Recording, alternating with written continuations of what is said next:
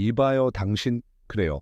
지금 듣고 있는 당신 말이에요. 모든 것이 통제 불능처럼 느껴질 때 기운을 유지하는 게 항상 쉽지는 않다는 걸 저도 잘 알아요. 하지만 오늘 당신에게 삶의 바쁨 속에서 어쩌면 잊혀졌을지도 모를 어떤 것을 다시 생각해 보자고 초대하고 싶어요. 그것은 바로 하나님께로부터 오는 기쁨으로 변화된 마음의 능력이에요. 제가 말하는 건 일시적인 감정이나 억지로 지은 미소가 아니라 깊고 영원하며 진짜인 것이에요. 성경 잠언 17장 22절은 이렇게 말합니다. 기쁜 마음은 좋은 약이라. 이 말씀을 잘 보세요. 하나님은 참된 기쁨에 치유의 능력이 있다라고 말씀하시는 거예요. 단지 몸뿐만 아니라 영혼과 영, 그리고 수없이 상처 있고 침묵 속에서 고통받는 내면까지도요. 이 치유는 약이나 사람의 조언에서 오는 게 아니라 위로부터 오는 것으로 마음이 채워질 때 솟아나는 것이에요. 바울은 이 진리를 깊이 이해했어요. 차가운 감옥에 쇠사슬에 묶인 채로 있었지만 그는 빌립보 교회에 희망과 격려, 기쁨이 넘치는 편지를 썼죠. 이게 어떻게 가능한 걸까요? 그의 기쁨은 자신이 있는 환경에 달린 것이 아니라 그 안에 거하시는 분에게 달려 있었기 때문이에요. 그는 그리스도를 모시고 있었어요. 그것이면 충분했죠. 혹시 당신은 지금 상황이 당신의 기분을 지배하게 두고 있지는 않나요? 아마 지금 부정적인 생각, 과거의 상처, 끝이 보이지 않는 싸움에 갇혀 있을지도 몰라요. 그런데 들어보세요. 예수님의 임재는 그 모든 것을 바꿀 수 있는 능력이 있어요. 그분이 주시는 기쁨은 세상이 주는 것처럼 약하지 않아요. 그것은 굳건하고 성령의 열매이며 살아있는 것이에요. 예수님은 우리가 고난을 겪지 않을 거라고 하신 적은 없지만 끝까지 함께 하실 것은 약속하셨어요. 그리고 바로 거기에 비밀이 있어요.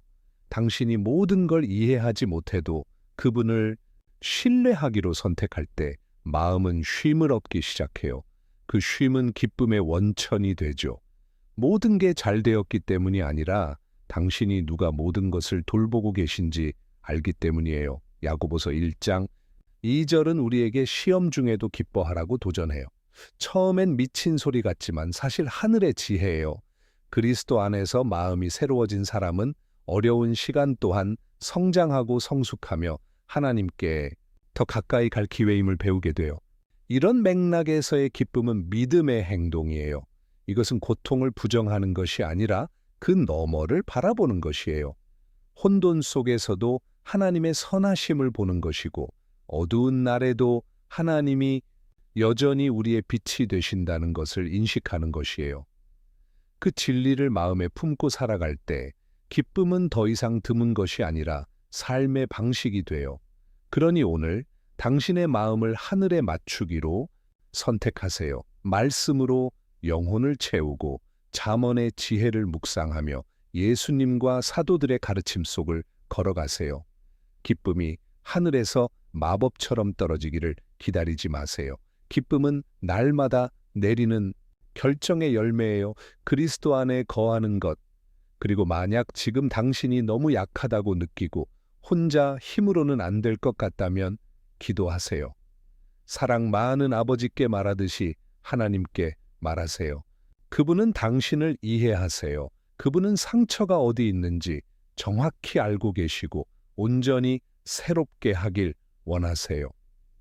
기쁜 마음은 하나님과의 교제에서 시작됩니다.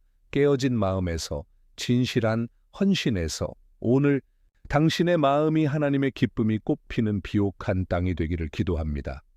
용기를 내어 일어나고 희망으로 걸으며 가벼운 마음으로 살아가세요. 예수님의 임재가 최고의 약이에요.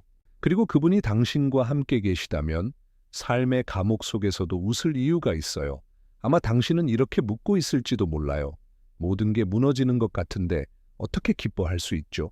저는 당신을 이해해요. 인생엔 어두운 날들이 있어요. 눈물이 피할 수 없을 때도 있죠. 하지만 성경은 기쁨이 고통의 부재라고 말한 적이 없어요. 오히려 가장 순수한 기쁨은 눈물 속에서 탄생할 수 있다고 말해요. 우리가 이해할 수 없는 더 큰 그림을 하나님께서 쓰고 계심을 신뢰하는 법을 배울 때요. 혹시 당신은 잠언에 나오는 수많은 지혜의 조언들이 마음에 대해 말하고 있다는 걸 눈치챘나요? 그건 우연이 아니에요. 왜냐하면 삶의 방향은 마음속, 영혼의 은밀한 곳에서 결정되기 때문이에요. 세상이 무너져 내릴 것처럼 보여도 당신의 마음이 하나님 안에 견고히 서 있다면 당신은 무너지지 않을 거예요. 이건 환상이 아니에요. 하나님의 약속이에요. 그리고 당신도 진짜로 이걸 누릴 수 있어요. 성령께서 당신 안에 심으신 기쁨은 파괴할 수 없어요. 나쁜 소식, 갚지 못한 청구서, 깨진 관계에도 살아남아요. 왜냐하면 이 기쁨은 상황에 닻을 내린 것이 아니라 흔들리지 않는 반석이신 예수님께 닻을 내렸기 때문이에요. 예수님 자신이 이렇게 말씀하셨어요.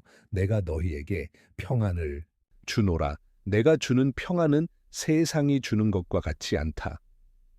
그리고 그 평안과 함께 오는 기쁨은 내면의 폭풍을 잠재우는 능력이에요.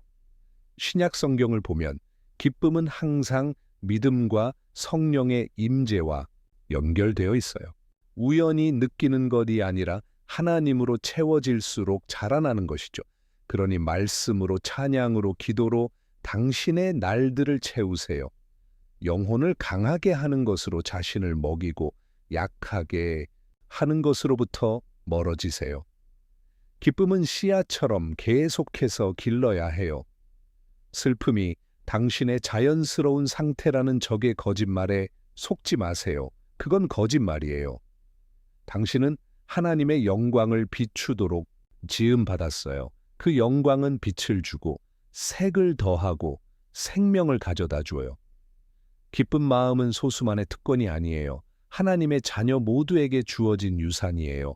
그리고 모든 유산처럼 믿음과 결단, 축으로 취해야 해요. 예수님과 함께 걸을 때 낙담할 이유조차 간증이 돼요. 눈물조차 새로움으로 바뀌어요. 광야는 신뢰를 배우는 학교가 돼요. 바울과 실라는 감옥에서 찬양했고 그들의 사슬은 풀렸어요. 혹시 알고 있었나요?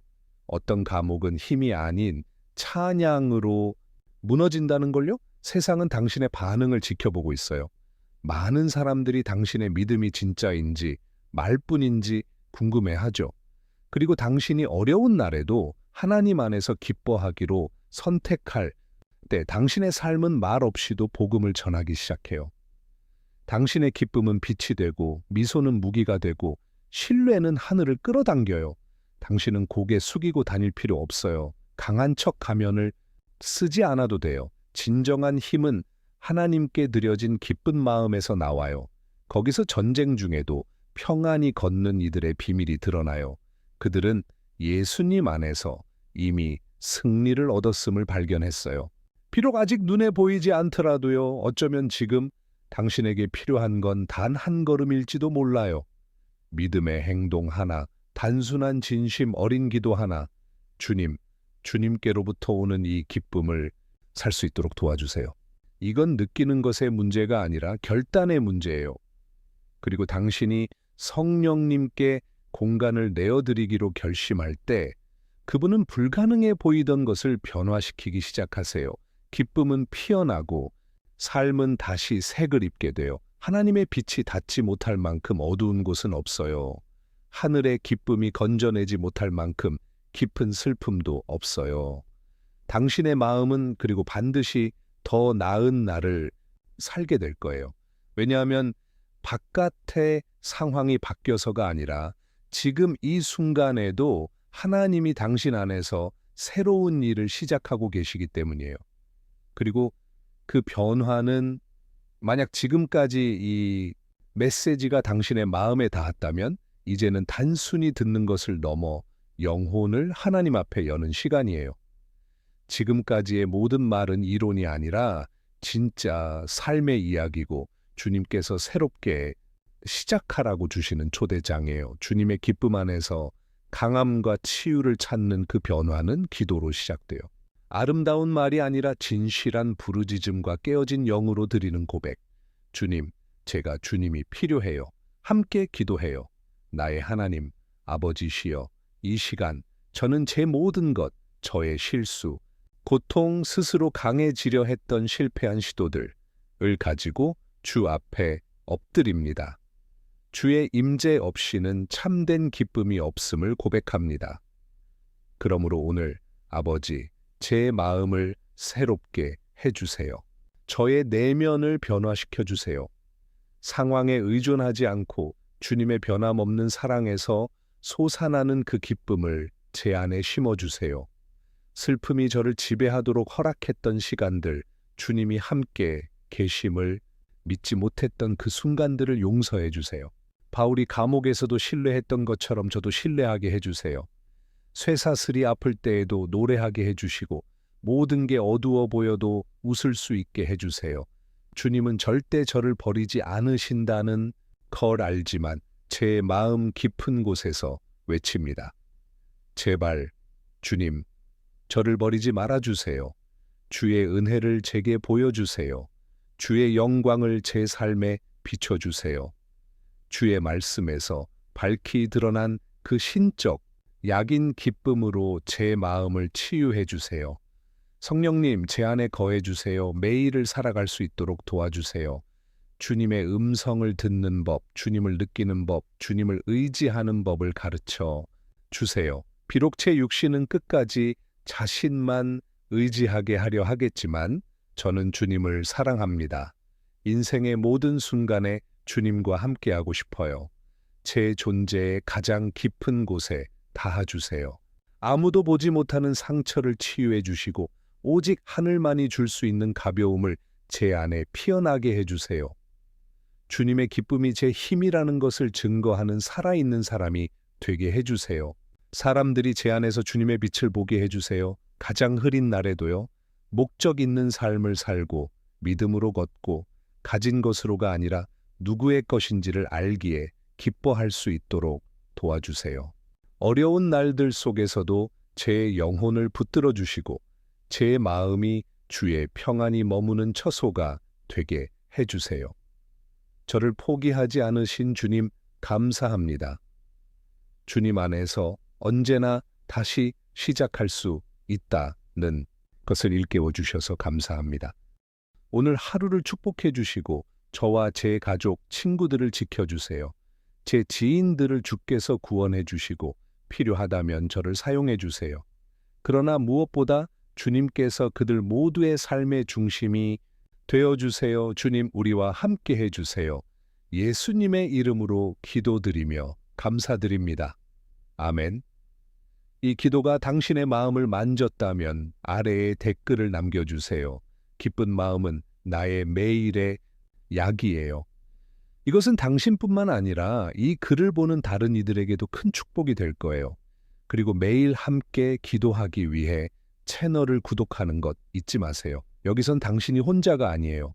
우리 함께 걸어갈 거예요. 날마다 삶을 변화시키는 임재를 함께 찾아가요. 하나님이 당신을 축복하시길